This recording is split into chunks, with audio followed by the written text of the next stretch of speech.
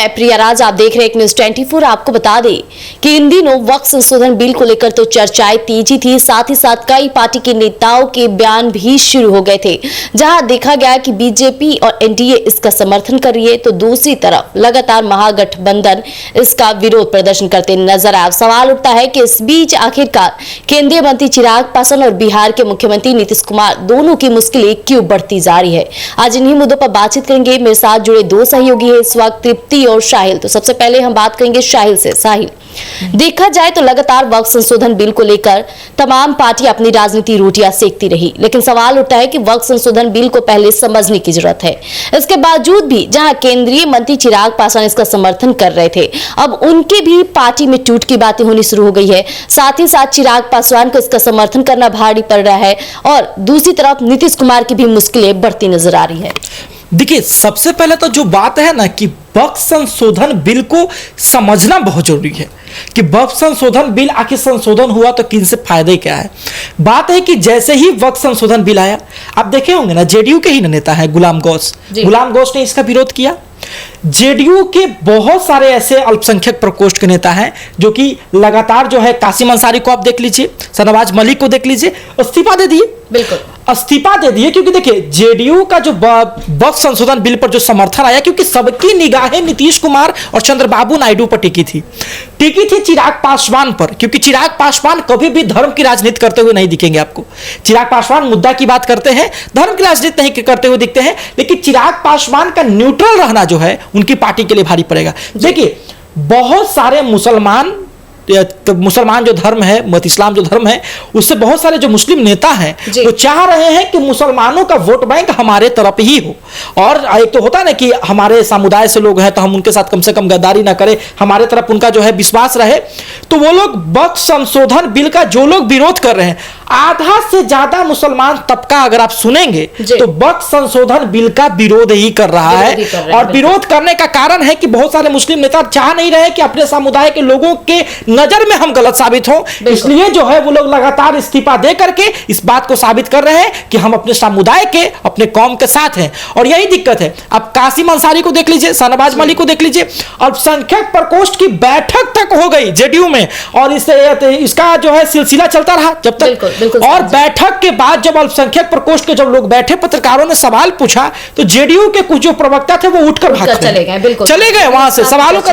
तो कहीं ना कहीं जेडीयू का जो है वक्फ संशोधन बिल पर समर्थन देना, लोक जनशक्ति पार्टी रामविलास के पार्टी का वक्फ संशोधन बिल पर समर्थन देना या न्यूट्रल रहना उनके लिए कहीं ना कहीं भारी पड़ेगा, क्योंकि कुछ जो मुस्लिम वोट बैंक है जो उनसे नाराज होगा तो उनकी वोटों की संख्या घटेगी। बिल्कुल। तृप्ति जी, देखा जाए तो चिराग पासवान तो अच्छे कार्य करने निकले थे, इसका समर्थन करके कहीं ना कहीं वो एनडीए पार्टी की मजबूती और पार्टी की सूझ पर ही टिके हुए थे, लेकिन इसके बाद उनके पार्टी से अचानक नेताओं का जाना शुरू हो गया। अल्पसंख्यक के कई ऐसे नेता हैं जो अब एलजेपी का भी दामन छोड़ चुके हैं, और वहीं जदयू पार्टी में भी देखा गया कि कई अल्पसंख्यक के नेता उनका दामन छोड़ कहीं ना कहीं दूसरी पार्टी की तरफ अपना झुकाव महसूस करेंगे, क्योंकि जहां बात आएगी वक्फ संशोधन और मुस्लिम समुदाय का तो वो वहीं जाएंगे, ना कि चिराग पासवान और नीतीश कुमार जी के साथ बने रहेंगे। तो क्या लगता है आपको कि ऐसी पार्टी के नेताओं का जाना शुरू लगा है तो बिहार विधानसभा चुनाव सफल रहने वाला है? देखिए, बिहार विधानसभा चुनाव में अभी काफ़ी चीज़ें चल रही हैं, ठीक है। सारे नेता जो हैं वक्फ संशोधन बिल को लेकर ही अपना अपना तर्क वितर्क दे रहे हैं कि इसके बहुत सारे लोग इसके समर्थन में हैं, बहुत विरोध में, जो विरोध में हैं वो लगातार इस्तीफा देते जा रहे हैं। यहाँ पे एक बहुत बड़ा सवाल उठता है कि आप एक बात कहते हैं कि आप दो नाव पे सवार नहीं हो सकते हैं, जो कि चिराग पासवान अभी करते नजर आ रहे हैं। वो ना समर्थन में दिख रहे हैं और ना ही विरोध में दिख रहे हैं। तो ये एक बहुत बड़ा सवाल है कि आखिर चिराग पासवान करना क्या चाहते हैं वक्फ संशोधन बिल को लेकर, और ये चीज़ आगे उनके लिए बहुत ज़्यादा ही नुकसानदेह हो सकता है, क्योंकि उनके बहुत सारे पार्टी के नेता जो हैं वो भी छोड़कर उनकी पार्टी को जा रहे हैं। और ये सेम चीज़ आपको देखने को मिल रहा है नीतीश कुमार के साथ, एनडीए के साथ भी यही चीज़ हो रहा है। एनडीए के बहुत सारे नेता हैं जो पार्टी को छोड़कर अब जा रहे हैं, ठीक है। और आगे वो किस पार्टी में ज्वाइन करेंगे, कहाँ जाएंगे, अभी विधानसभा चुनाव आ रहा है, अभी एक बहुत बड़ा मतलब इतना बड़ा सियासी हलचल मच गई है इस वक्फ संशोधन बिल को लेकर। तो आगे ये देखना बहुत ज़्यादा दिलचस्प होगा कि आगे क्या होता है और क्या करते हैं ये नेता, अपने पार्टी को कैसे मिलाकर जोड़ कर रखते हैं, या पार्टी टूटकर विधानसभा चुनाव से पहले ही बिखर जाएगी। ये बहुत बड़ा सवाल उठता है। क्या साहिल जी, क्या इसका फायदा कहीं ना कहीं विपक्ष लेगा? देखिए, बात ऐसा है ना मैम कि जितने जो मुसलमान समुदाय के जो लोग हैं, जी। अगर पासमानदा समाज के मुसलमानों को जो देखा जाए, उसको छोड़ दिया जाए, तो ऑलमोस्ट अधिकांशता जो कौम है वो लोग इसका विरोध कर रहा है। और जो भी लोग राजनीति में सक्रिय हैं, जी।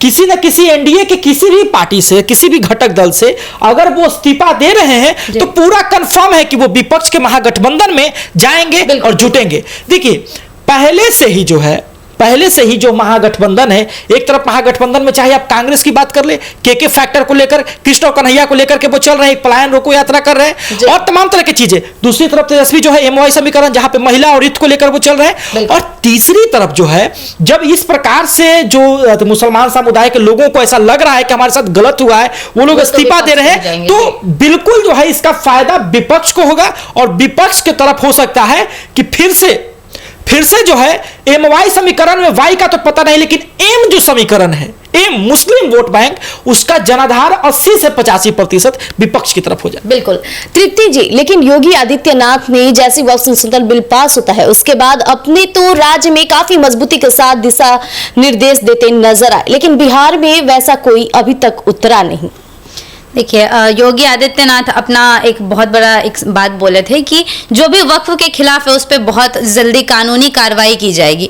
हाँ, वैसा कोई बिहार में भी देखने को नहीं मिला है, क्योंकि बिहार में तो पहले से ही आपको देखा जा रहा है कि एनडीए के नेता जैसा कि टूट रहे हैं, सारे अब पार्टी को छोड़कर जा रहे हैं, एनडीए में ऐसा हो रहा है। हाँ, पार्टी के नेता का दामन छोड़ रहे हैं, तो अभी वो अपने पार्टी को समेटेंगे या फिर ऐसा कुछ नया नियम निकाल के और ज्यादा अपना छवि को खराब करेंगे अपने जनता के आगे, ये तो नहीं ही करना चाहेंगे कोई भी पार्टी के। आपने वो जिक्र किया कि जिस प्रकार से योगी जी जो है अपने नियम को मनवाने, बिहार में ही एक मुख्यमंत्री है विजय कुमार सिन्हा, उप मुख्यमंत्री हैं, उन्होंने कहा कि जो वक्फ संशोधन बिल को नहीं मानेगा वो देशद्रोही है। इस बात को उन्होंने कहा। देखिए, वक्फ संशोधन बिल आप लागू कर दिए, उसको मानना की बात नहीं है, ये लोकतंत्र है, यहाँ विरोध कर सकता है कोई, ठीक है। तो अगर कोई विरोध करेगा तो इसका ये मतलब थोड़ी कि वो वक्फ संशोधन बिल को नहीं मान रहा है, वो देशद्रोही है। देखिए, विरोध करने का अधिकार सब लोगों को है। कोई भी कानून आता है तो किसी के हित के लिए, अगर किसी को लगता है कि हमारे हित के लिए है तो धरना देंगे, विरोध करेंगे, आवाज उठाएंगे, और आवाज उठाने वाले को आप ये नहीं कह सकते हैं कि देशद्रोही है। इस कानून को आप कानून लाइए,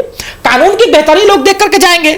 कानून की जब लोग बेहतरी देखेंगे, सीए आया, एनआरसी आया, जब लोग कानून की बेहतरी देखेंगे तब उसके तरफ जाएंगे। जबरदस्ती किसी पर आप कानून नहीं थोप सकते। बिल्कुल।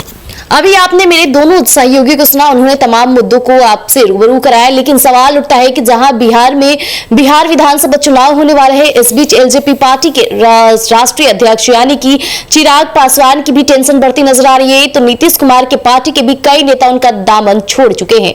अब सवाल उठता है कि कहीं ना कहीं इसका पूरा फायदा आरजेडी को पड़ने वाला है, क्योंकि आरजेडी अभी विपक्ष के तौर पे मजबूती के साथ डटा हुआ है और मुस्लिमों का वोट बैंक उसके पाले में आए, ऐसा आरजेडी नहीं चाहेगा कि उसे हम दूर कर दें। तो लगातार आरजेडी के साथ साथ कांग्रेस भी नजर बनाई हुई है, और सिर्फ किसी को घाटा हो रहा है तो वो है एलजेपी चिराग पासवान और लगातार एनडीए के तमाम नेता। तो देखना दिलचस्प होने वाला है कि बिहार विधानसभा चुनाव में और क्या कुछ होता है। तब तक के लिए हमारे साथ जुड़े रहिएगा एक न्यूज़ 24 पर। धन्यवाद।